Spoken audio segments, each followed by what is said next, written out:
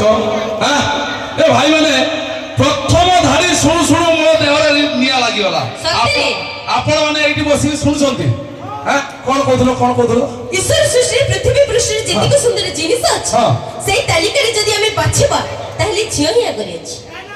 ଭାଇ ଏଇ ଶୁଣୁଛନ୍ତି ତ ନା ନା ଆମେ ପୁଅ ମାନେ କଣ ନିଆଁରେ ଏକ କରିଛୁ ଭାଇ କିଏ ସୁନ୍ଦର ମୁଁ ଯଦି କୁହେ ଝିଅ ସୁନ୍ଦର ମୁଁ ତମକୁ କଣ ପଚାରୁଛି ନା ଆରେ ମୋ ଭାଇ ମାନଙ୍କୁ ମୁଁ ପଚାରୁଛି ଆରେ କଥାରେ ଅଛି କ୍ଷୀର ଯଦି ଖାଇ ବସିବ ଘରେ ଥିବ ଗାଈ ଆଉ ଯୁଦ୍ଧ ଯଦି କରି ବସିବ ପାଖରେ ଥିଲେ ମୋ ଭାଇ କିଏ ସୁନ୍ଦର ଆରେ ମୁଁ କହିଲି ଝିଅ ସୁନ୍ଦର କେମିତି ଆରେ ଆମେ ଯଦି ସୁନ୍ଦର ନ ହେଇଥାନ୍ତୁ ତମ ଭଳିଆ ପୁଅ ଆମ ପଛରେ ପଡିଥାନ୍ତେ କାହିଁକି ଏଟା ଫୁଲ ଅଳିଆ ତ ସତରେ ଜାଣିପାରୁଛ ଫୁଲ ଅଳିଆ ତମେ ଆଉ କେମିତି ଜାଣିଲ ଭାଇ ମାନେ କହିଲେ ଗୋଟିଏ କଥା ଶୁଣ ବର୍ତ୍ତମାନ ପ୍ରମାଣ ଦେଇଦେବା ପୁଅ ସୁନ୍ଦର ନା ଝିଅ ସୁନ୍ଦର ଗୋଟିଏ କଥା ଚିନ୍ତା କରନ୍ତୁ ପୁଅଟେ ଝିଅଟେ ଏକା ସାଙ୍ଗରେ ଶୋଇଛନ୍ତି ଅଲଗା ପାଖାପାଖି ନୁହଁ ଖରା ଆଡେ ପୁଅଟେ ଝିଅଟେ ଶୋଇଛନ୍ତି ହଠାତ୍ ତାଙ୍କୁ ଉଠେଇ ଦିଆଯିବ ଏକା ଟାଇମରେ ତୁଳିଗଡିଆ ମାର୍କେଟ ପହଞ୍ଚିବା ପାଇଁ ଆଗରେ କିଏ ପହଞ୍ଚିବ ପୁଅ ପହଞ୍ଚିବ କାହିଁ ତମର ଝିଅ କଣ ଆରେ ଆମର ମେକଅପ୍ ଅଛି ଷ୍ଟାଇଲ ଅଛି ଲିପଷ୍ଟିକ ଅଛି ଆମେ ପୁଣି ରେଡି ତ ହବୁ ନା ତାହେଲେ ତମେ କି ସୁନ୍ଦର ଏ କ୍ରିମ ପାଉଡର ଟିକିଲି ଅତର କରୁଛି ଝିଅକୁ ସୁନ୍ଦର ଆଚ୍ଛା ଠିକ ନୁହେଁ କ୍ରିମ ପାଉଡର ଟିକିଲି ଅତର କରୁଛି ଝିଅକୁ ସୁନ୍ଦର ଏତେକ ନଥିଲେ ପଚାରନ୍ତା କିଏ ଦେଖେଇ ହଉଛ ହୁଣ୍ଡର ଭାଇ ଗୋଟିଏ କଥା ଗଲା ଆଜି ମ୍ୟାଡାମଙ୍କର ସବୁ ହିସାବ ନେବି କଣ କଥା କହିଲ ସବୁ ଗୁଟି ହିସାବ ନେବି ସତେ ନା ନାଇଁ ମ ତମର ପୁରା ଗୁଦାମ ଅଛି ଗୁଦାମ ଦେଖେଇଲ ଆମ ଗୋଦାମ ତମେ ଦେଖିନ ଦେଖାଅ ଜଲ୍ଦି ଦେଖାଅ କଣ ଗୋଦାମ ଦେଖିବ କହିଲ ଦେଖାଅ ତମର କଣ ଗୋଦାମ କହୁଥିଲ ଦେଖିବା ପାଇଁ ଦେଖାଅ ଆମର ତ ଏମିତି ଗୋଦାମ ଅଛି ଯେ ଆମ ଗୋଦାମ ପାଇଁ ଆଜିକାଲିର ପୁଅ ମାନେ ସବୁ ପାଗଳ ହେଇଯାଉଛନ୍ତି କିନ୍ତୁ ଆମ ଗୋଦାମ ଦେଖିଛ ନାଇଁ ଦେଖିନୁ ଆପଣ ଗୋଦାମଟା କେମିତି କହିଲେ ଆରେ ସଟର ଟେକି ଦେଲେ ଭାସୁ ହେଇ ବାହାରିବ ଶୁଣନ୍ତୁ ବେଦ କୁହନ୍ତୁ ବେଦାନ୍ତ କୁହନ୍ତୁ ଶାସ୍ତ୍ର କୁହନ୍ତୁ ଉପନିଷଦ କୁହନ୍ତୁ ସବୁ ଜାଗାରେ ସବୁ କ୍ଷେତ୍ରରେ ନାରୀ ଜାତିକୁ ଆଜ୍ଞା 4 ଭାଗରେ ବିଭକ୍ତ କରାଯାଇଛି ଆପଣ ମାନଙ୍କୁ ଅଛପ ନଥିବ କିନ୍ତୁ ଆଜ୍ଞା ମୁଁ ନାରୀ ଜାତିକୁ 8 ଭାଗରେ ବିଭକ୍ତ କରିଛି କଣ ପଚାରୁନାହାନ୍ତି କାହିଁକି ପତିଳି ମୁଟି ଆଚ୍ଛା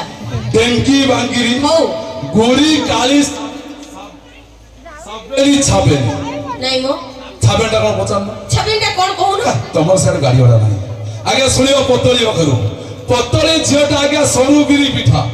ସେ ତ ଭଜା ସନ୍ତୁଳାରେ ଆଶା ଆଉ ମୁଟିର ପେଟକୁ ଅଖାଳ ନିଅଣ୍ଟ ଖାଲି ବଦଳଉଥାଏ କଂସା ଆଜ୍ଞା ଡେଙ୍ଗି ପାଇଗଲେ ହାଲୁକା ପବନ ଏବୁଦା ସେବୁଦା ହୁଏ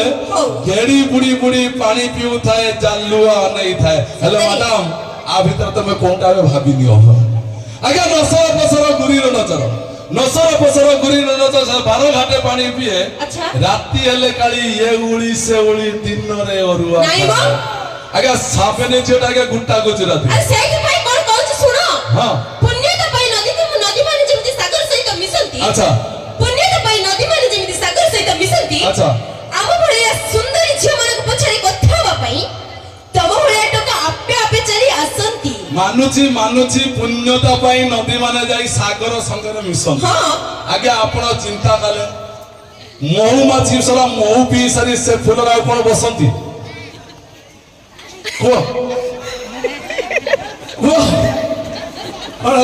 ନାଇଁ ମୁଁ କିଛି କହୁନି ତମେ କଣ କହୁଛ କହୁନ ଯିବା ଆମେ ତାହେଲେ ଆଉ ତମର କହିବାର ବାଟ ନାହିଁ କହିଦେଇ ଘାସ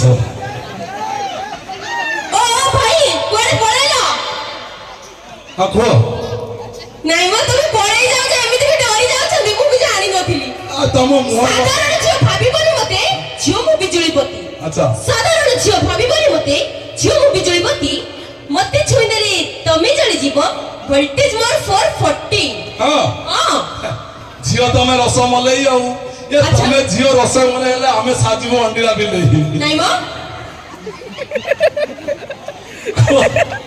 ଭାଇ ଆମେ ଏଟା ହସୁଛନ୍ତି କାଇଁ ମୁଁ କିଛି ବୁଝି ପାରୁନି ଦେଖୁଛନ୍ତି ତ ଭାଉଜ ମାନେ ଭାଇ ଆମର ହାରି ଗଲେଣି ସେଇଥିପାଇଁ ହସୁଛନ୍ତି ଦେଖିଲ ତ ପୁରା